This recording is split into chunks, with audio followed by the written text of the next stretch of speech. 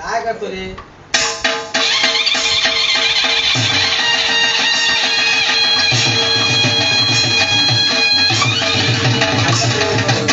सुस्वागत श्री सिद्धिविनायक।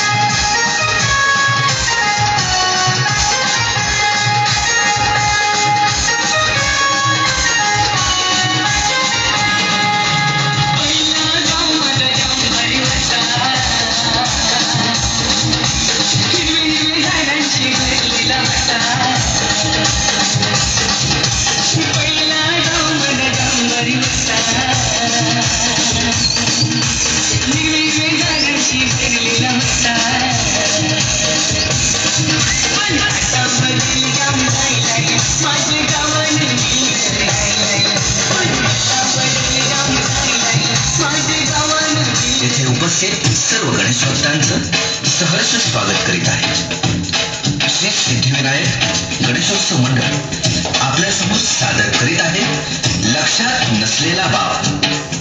लक्षात नसलेला बाप, वडील, बाबा, पप्पा, डॅडी, पिता, लिहिण्याला बोलण्याला खूप चांगलं वाटतं, पण आपण प्रत्येक जण सहजपणे नेहमी जाणून बुजून शब्द उच्चारतो, तो म्हणजे बाप। होय होय, बाप। त्याच बापाविषयी थोडंफार।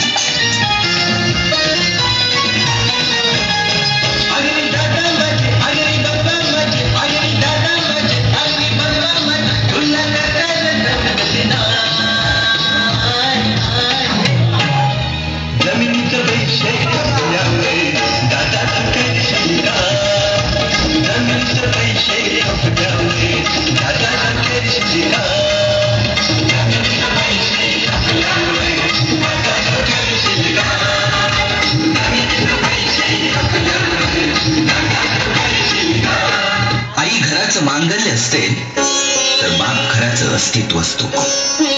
पण घराच्या या अस्तित्वाला खरंच कधी आम्ही समजून घेतलेलं आहे का? वडिलांना महत्व असूनही त्यांच्याविषयी जास्त बोललं जात नाही, लिहिलं जात नाही। कोणताही व्याख्याता त्याच्याविषयी जास्त बोलत नाही, लिहित नाही। पण कोणताही व्याख्याता आईविषयी जास्त वेळ बोलत राहतो।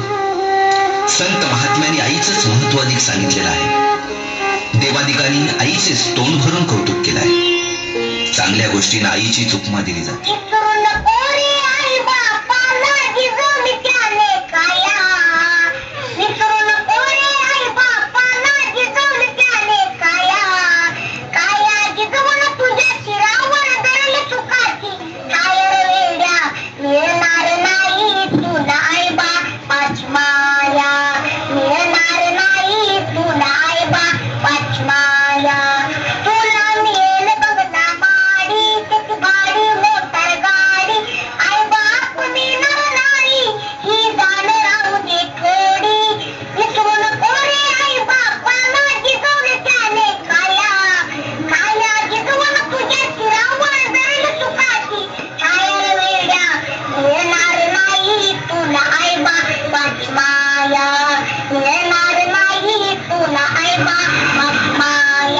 पण बापाच्या विषयी कुठंच फारसं बोललं जात नाही।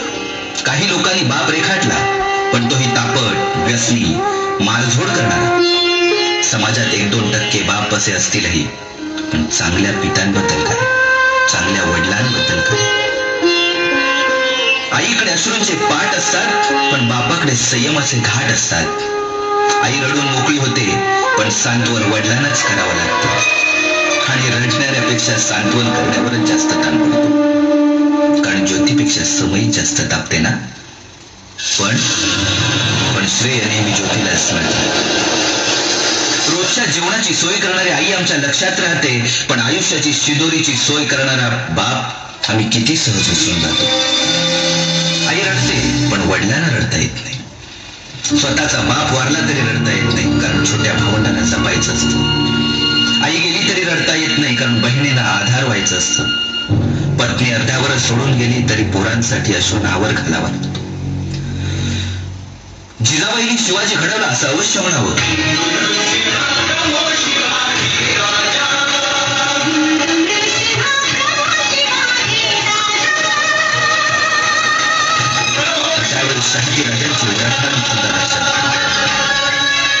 देवकीचं यशोदेचं कौतुक अवश्य करावं.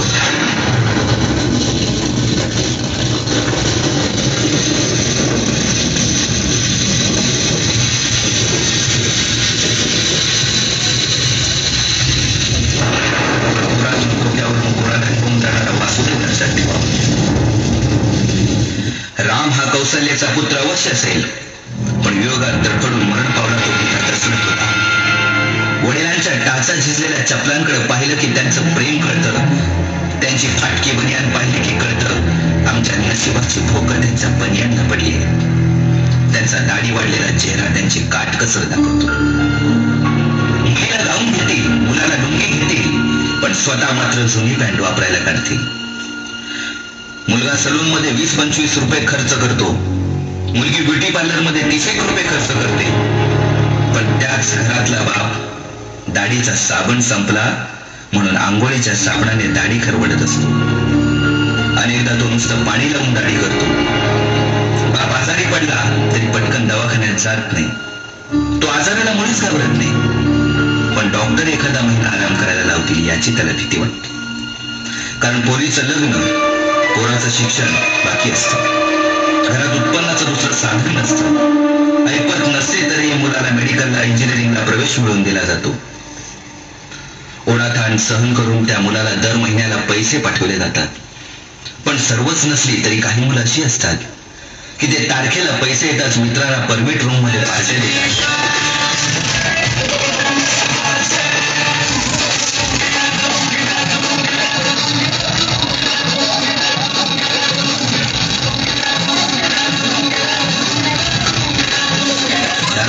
पैसे पाठवले त्याच बापाच्या नावाने एकमेकांना धक्का मारतात, वडिलांची टिंगल करतात.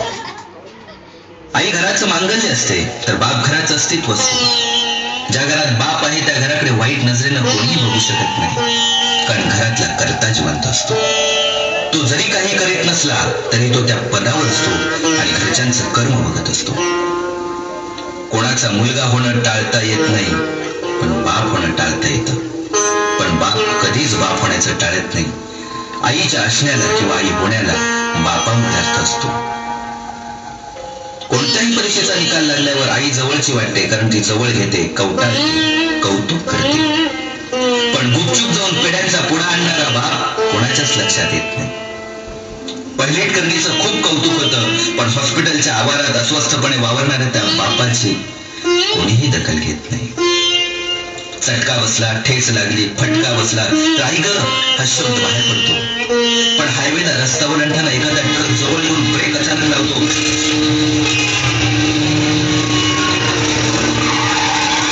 बापरे हा शब्द बाहेर पडतो. कारण छोट्या छोट्या संकटांसाठी आई सांगते, पण मोठी मोठी वादळ पेटताना बापच आठवतो. काय पटतंय ना? कोणताही मंगल प्रसंगी घरातील सर्व मंडळी जातात, पण मैताच्या वेळी बापाला जावं लागतं. कोणताही बाप श्रीमंत मुलीच्या घरी जास्त जात नसतो, पण गरीब लेकीच्या घरी उभ्या का होईना चक्कर मारतो. तरुण मुलगा उशिरा घरी येतो तेव्हा त्याची आई नाही, त्याचा बापच झाला असतो. मुलाच्या नोकरीसाठी साहेबांपुढे लाचार होणारा बाप, मुलीच्या स्थळासाठी उंबरठे झिजवणारा बाप, घरच्यांसाठी स्वतःच्या व्यथा दडवणारा बाप खरंच किती ग्रेट असतो ना. वडिलांचं महत्व कोणाला कळतं? लहानपणीच वडील गेल्यावर अनेक जबाबदाऱ्या खूप लवकर पेलाव्या लागतात. त्यांना एकेका वस्तूंसाठी तरसावं लागतं. वडिलांना खऱ्या अर्थाने समजून घेते ती त्या घरातली मुली. सासरी गेलेल्या अथवा घरापासून दूर असलेल्या मुलीला बापाशी फोनवर बोलताना बदललेला आवाज एका क्षणात कळतो. मग ती अनेक प्रश्न विचारते. कोणतीही मुलगी स्वतःच्या इच्छा बाजूला ठेवून बाप म्हणेल तेव्हा विवाहाच्या बोलण्यावर चढते. मुलगी वडिलांना जाणते, जपते, इतरांनी सुद्धा असंच आपल्याला जाणावं हेच बापाची किमान अपेक्षा असते. हे विनायका, हे लंबोदरा, हे गणराया, तुझ्या चरणी हीच प्रार्थना. इथे जमलेल्या समस्त जनास सद्बुद्धी दे, सद्बुद्धी दे, सद्बुद्धी दे.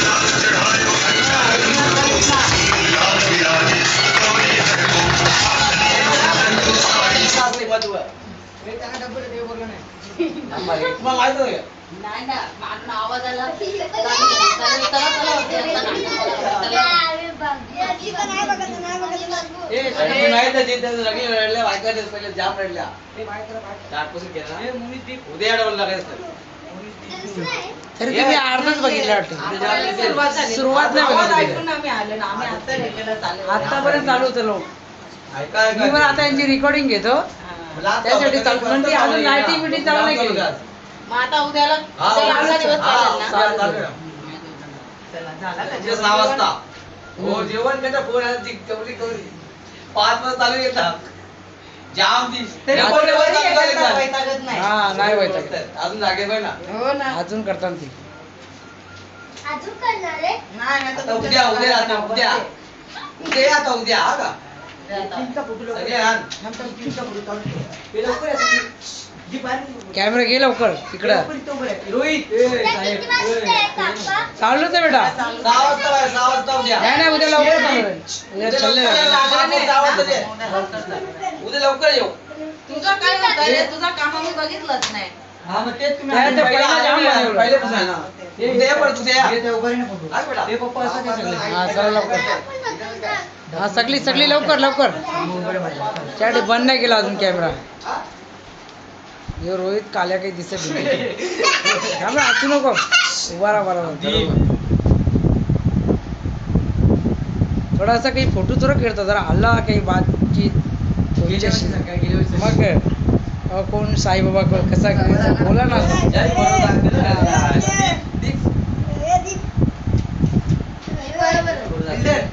बिल्डर अरे वा बिल्डर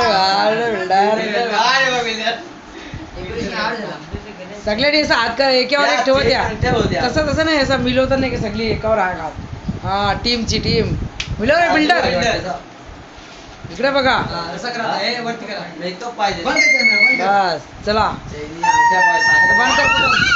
बंद बंद कर